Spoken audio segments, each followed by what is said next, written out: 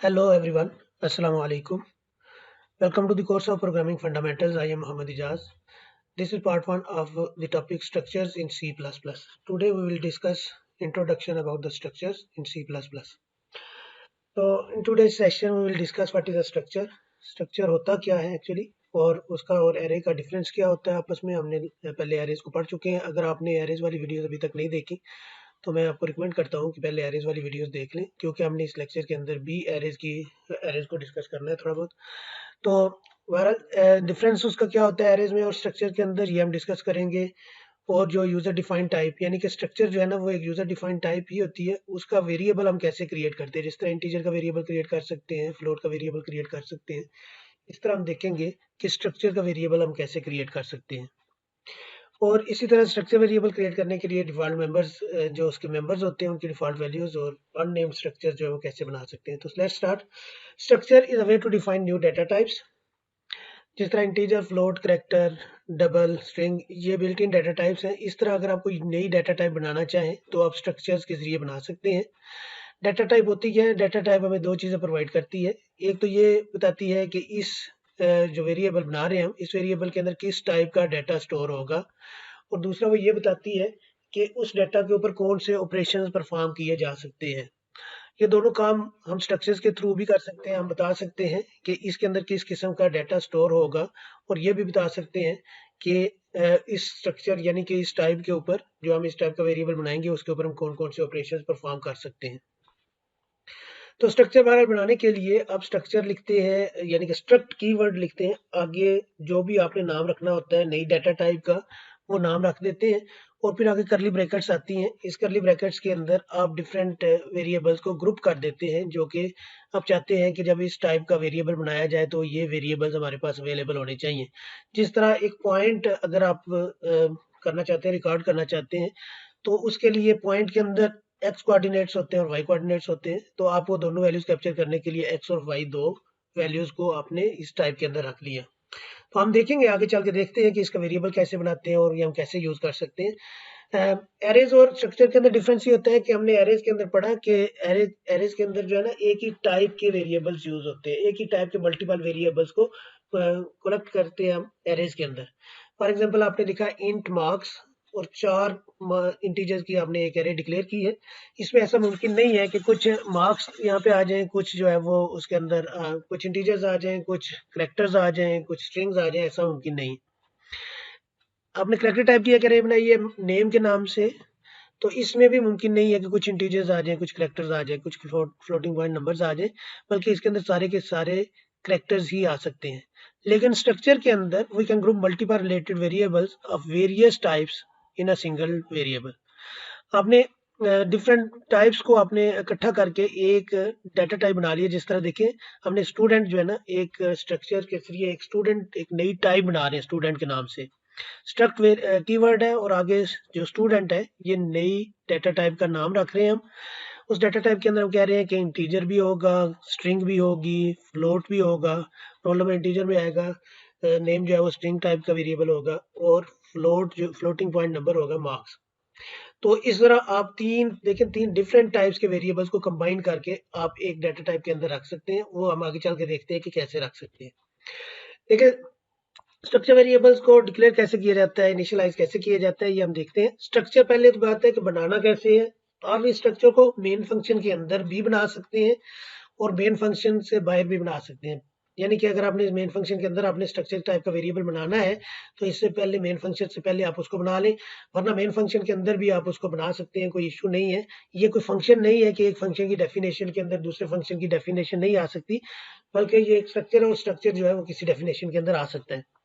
तो ये main function के अंदर आप इस तरह स्ट्रक्चर बना सकते हैं. अगर आप मेन से पहले बनाना चाहें तो आप इस तरह बना सकते हैं. कीवर्ड आएगा, दोनों सूरतों में कीवर्ड आएगा. स्ट्रक्ट आगे उस डाटा टाइप का नाम आएगा जो आप नाम रखना चाहते हैं, और आगे उसके अंदर मेंबर्स आएंगे. ये मेंबर्स हैं फीट और इंचेस, डिस्टेंस के मेंबर्स हैं फीट और इंचेस. देखिए, डिस्टेंस अगर आपने कैलकुलेट करना हो तो फॉर एग्जांपल आप कहते हैं कि मेरे कमरे की विड्थ जो है ये 12 फुट और 5 इंच है. तो कोई डाटा टाइप ऐसी नहीं है जो ये दोनों वेरिएबल्स को स्टोर कर सके. या तो वो कहेगा कि 12 फुट और 5 इंचेस को आप डेसिमल पॉइंट वैल्यू में कन्वर्ट कर लें, और उसको फ्लोटिंग पॉइंट नंबर के अंदर स्टोर कर दें। लेकिन अगर आप फीट और इंचेस दोनों को अलग अलग स्टोर करना चाहें तो आप अलग अलग स्टोर नहीं कर सकते। दो इंटीजर वेरिएबल्स लेने पड़ेंगे, एक फीट के लिए और दूसरा इंचेस के लिए। लेकिन अगर आप यही काम कर लेते हैं कि आप एक अपनी डाटा टाइप बना लेते हैं तो आप फीट और इंचेस दोनों एक ही वेरिएबल के अंदर आप स्टोर कर सकते हैं। ये देखिए डिस्टेंस टाइप का आपने एक वेरिएबल बना लिया डी, तो डी के अंदर आप वैल्यूज को स्टोर कर सकते हैं। वैल्यूज को आप इस तरह डिक्लेयर कर सकते हैं, अगर आप इनिशियलाइज करना चाहें तो डिक्लेरेशन के साथ इनिशियलाइजेशन भी कर सकते हैं। ये 3 और 6 कॉमा सेपरेटेड वैल्यूज, 3 जो है फीट के अंदर चला जाएगा, 6 जो है वो इंचेस के अंदर चला जाएगा, यानी कि D1 जो है वो 3 फीट और 6 इंचेस को डिस्क्राइब कर रहे हैं। इसी तरह अगर आपने ये यहाँ पे ये देखें स्ट्रक्चर आपने बना लिया है और उसका वेरिएबल यहाँ पे आके डिक्लेयर किया, ये एक वेरिएबल है, ये दूसरा वेरिएबल है, दो वेरिएबल डिक्लेयर किए, एक को जस्ट डिक्लेयर किया, दूसरे को इनिशियलाइज भी कर दिया है। अगर आप स्ट्रक्चर को क्रिएट करते वक्त ही साथ ही वेरिएबल बनाना चाहें तो भी बना सकते हैं। ये देखिए ये डी वेरिएबल जो है ये स्ट्रक्चर क्रिएट करते हुए बनाया हमने, और इस डी वेरिएबल को आप यूज कर सकते हैं मेन फंक्शन के अंदर डी डॉट फीट कि उसके डी जो है ना एक वेरिएबल बन गया। अब वो ज़ाहिर है उसके अंदर फीट और इंचेस दोनों चीज़ें होंगी। D dot feet is equal to 7, D dot inches equal to 9। तो अगर आप इस तरह से करना चाहें तो आप कर सकते हैं, यानी कि वेरिएबल को यहाँ भी आप डिक्लेयर कर सकते हैं, वेरिएबल को आप फंक्शन के अंदर भी डिक्लेयर कर सकते हैं। जहाँ पे आप वेरिएबल को सिर्फ डिक्लेयर ही नहीं कर सकते, आप इनिशियलाइज भी कर सकते हैं। ये देखिए मैंने डी और D1 ये दो वेरिएबल्स बनाए हैं और दोनों को मैंने यहाँ पे इनिशियलाइज कर दिया है। अगर आप जाके मेन फंक्शन के अंदर इनकी वैल्यूज को प्रिंट करेंगे तो पहले ये 7 आएगा, यानी कि डी डॉट फीट और डी डॉट इंचेस को प्रिंट किया है तो 7 फीट और 2 इंचेस आएगा, और आगे दूसरी लाइन के ऊपर आपने D1 डॉट फीट और D1 डॉट इंचेस को प्रिंट किया है तो दूसरी लाइन के ऊपर 6 और 3 प्रिंट होगा। जिस तरह आपने नेम्ड स्ट्रक्चर्स बनाए हैं, इस तरह अननेम्ड स्ट्रक्चर्स भी बना सकते हैं, यानी कि एनोनिमस स्ट्रक्चर्स भी बना सकते हैं। ये देखिए पहले तो आपने बनाया ना कि एक कीवर्ड लिखा, आगे आपने उस वेरिएबल का उस डाटा टाइप का नाम लिखा है कि ये डाटा टाइप का नाम होगा। लेकिन आप यूं भी कर सकते हैं कि जस्ट कीवर्ड दे स्ट्रक्ट और आगे नाम कोई ना दे, जस्ट आप ये कह दें कि फीट और इंचेस इसके अंदर दो टाइप्स होंगी। ये एक आपने एक टाइप बना ली है जिसका कोई नाम नहीं रखा, उस टाइप का एक वेरिएबल आपने डी बना दिया है और डी डॉट फीट और डी डॉट इंचेस आप यहाँ पे उसको असाइन कर सकते हैं और आप उसको डिस्प्ले कर सकते हैं, आगे यूज कर सकते हैं। लेकिन ये बात ध्यान में रखनी है कि जब आपने एनोनिमस टाइप का आपने स्ट्रक्चर बनाना है तो उसके वेरिएबल्स यहीं पे डिक्लेयर होंगे। ऐसा नहीं है कि जिस तरह वेरिएबल यहाँ पे अगर आपने नेम्ड एक स्ट्रक्चर बनाया है तो वेरिएबल आप मेन फंक्शन के अंदर जाके डिक्लेयर कर सकते हैं, इनिशियलाइज कर सकते हैं। अगर आपने अननेम्ड स्ट्रक्चर बनाया है तो सिर्फ और सिर्फ वेरिएबल्स को यहीं पे डिक्लेयर कर सकते हैं या इनिशियलाइज कर सकते हैं। आप मेन फंक्शन के अंदर चूंकि जाके उसको एक्सेस ही नहीं कर सकेंगे। यहाँ पे तो देखिए ना उसको एक्सेस किया हमने, एक डाटा टाइप जो बनाई थी उस डाटा टाइप का लिखा हमने कि ये डाटा टाइप जो है वो डिस्टेंस टाइप का एक वेरिएबल बनाना चाहते हैं। लेकिन यहाँ पे यहाँ पे चूंकि आपने डाटा टाइप का नाम ही नहीं लिखा तो यहाँ पे आप ये नहीं कह सकते कि मैं एक वेरिएबल बनाना चाहता हूँ। अगर आप वेरिएबल बनाएंगे तो किस टाइप का बनाएंगे, टाइप का नाम तो आपने डिस्क्राइब ही नहीं किया हुआ। तो इस सूरत में वेरिएबल सिर्फ और सिर्फ यहाँ पे डिक्लेयर होंगे, यहीं पे इनिशियलाइज होंगे। अगर आप उसकी डिफॉल्ट वैल्यूज जो मेंबर्स हैं, ये स्ट्रक्चर के मेंबर्स हैं ना फीट और इंचेस, अगर आप उनकी डिफॉल्ट वैल्यूज देना चाहते हैं तो आप डिफॉल्ट वैल्यूज दे सकते हैं कि 4 फीट, इसकी फीट की डिफॉल्ट वैल्यू 4 है और इंचेस की डिफॉल्ट वैल्यू 9 है। ये देखिए एक वेरिएबल आपने डिक्लेयर कर लिया डी के नाम से और मेन फंक्शन के अंदर जाके आपने डी को वैल्यूज असाइन नहीं की, आपने डी डॉट फीट को जस्ट डिस्प्ले किया तो क्या डिस्प्ले होगा, ये 4 डिस्प्ले होगा। यहाँ पे डी डॉट इंचेस को डिस्प्ले किया तो क्या डिस्प्ले होगा, यहाँ पे आपके इंचेस डिस्प्ले होंगे, यानी कि 9 डिस्प्ले होंगे। तो हम इसकी प्रैक्टिस कर लेते हैं थोड़ी सी डेव C++ के अंदर चल के। हम एक स्टूडेंट टाइप का स्ट्रक्चर बना लेते हैं और स्टूडेंट टाइप के स्ट्रक्चर के अंदर हम स्टूडेंट का नाम, स्टूडेंट के मार्क्स और उसका रोल नंबर स्टोर करने के लिए मेंबर्स बना लेते हैं। तो let's flip to Dev C++।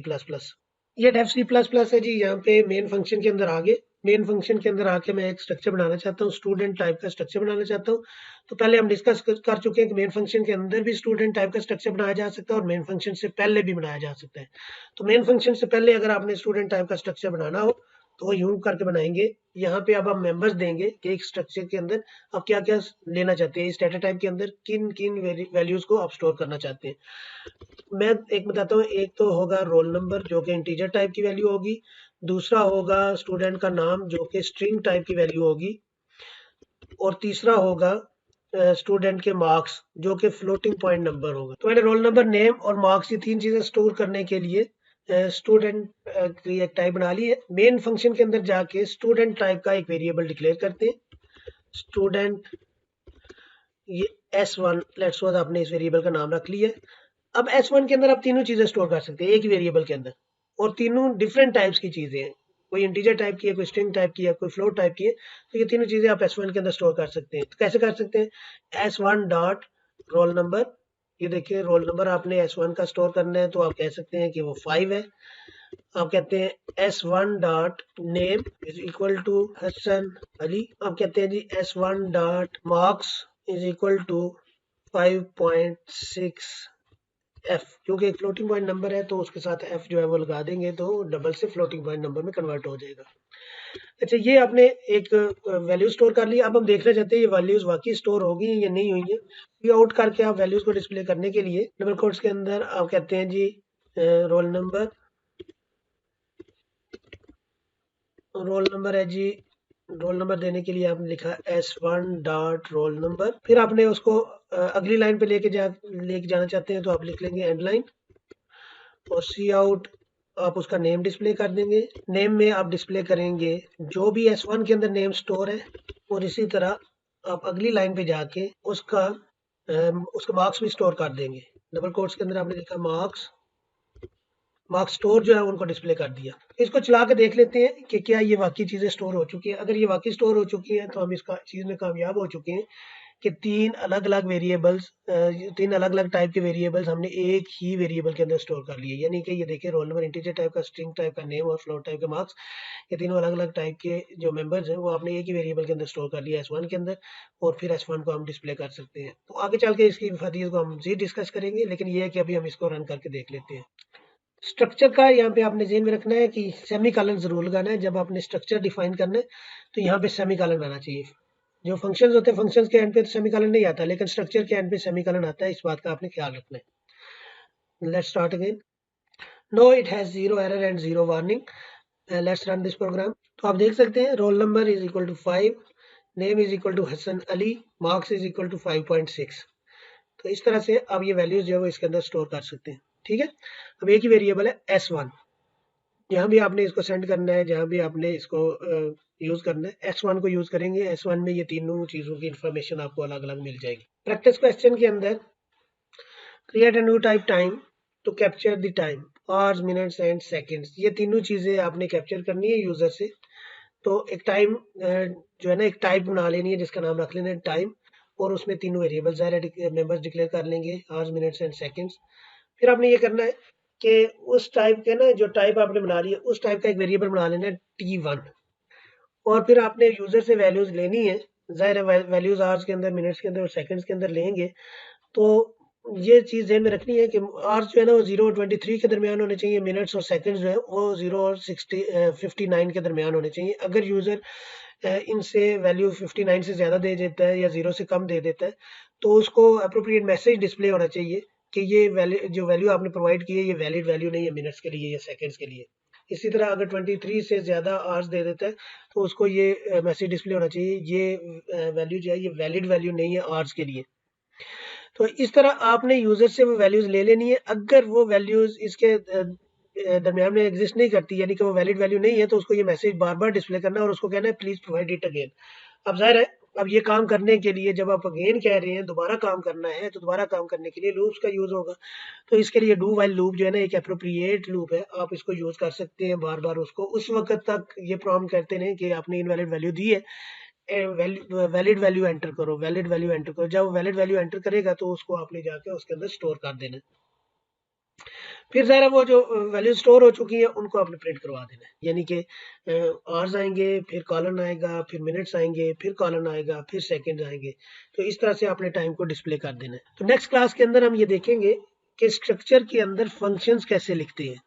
ठीक है, फिर अपना ख्याल रखिएगा। अल्लाह हाफिज।